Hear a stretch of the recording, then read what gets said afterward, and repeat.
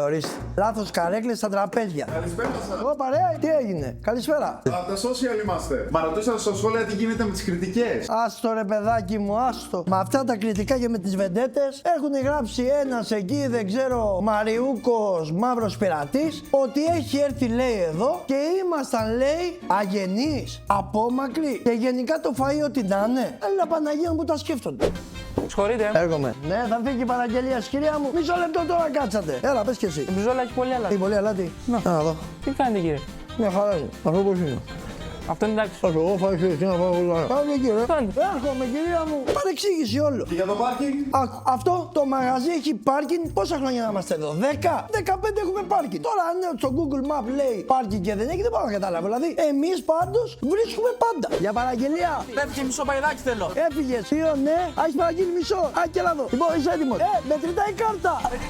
Ωραία, γίνα στην επόμενη. Μαύρο πεζό. Κοίτα K2. Τι κάνεις, βρε.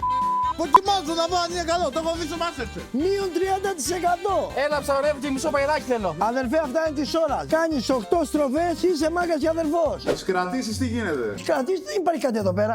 Πώς κρατάμε. Δεν έχει σπάσει πιάτο εδώ μέσα. Όχι, τις τηλεφωνικές κρατήσεις. Έγραψε άνθρωπο για τηλεφωνικές κρατήσεις. Το άτομο το οποίο έχουμε βάλει σε αυτή τη θέση, μιλάμε για εξέχουσα προσωπικότητα. Θα το σηκώσουμε. Εγώ είμαι PR, Γιώργο, δεν είμαι γραμματέας.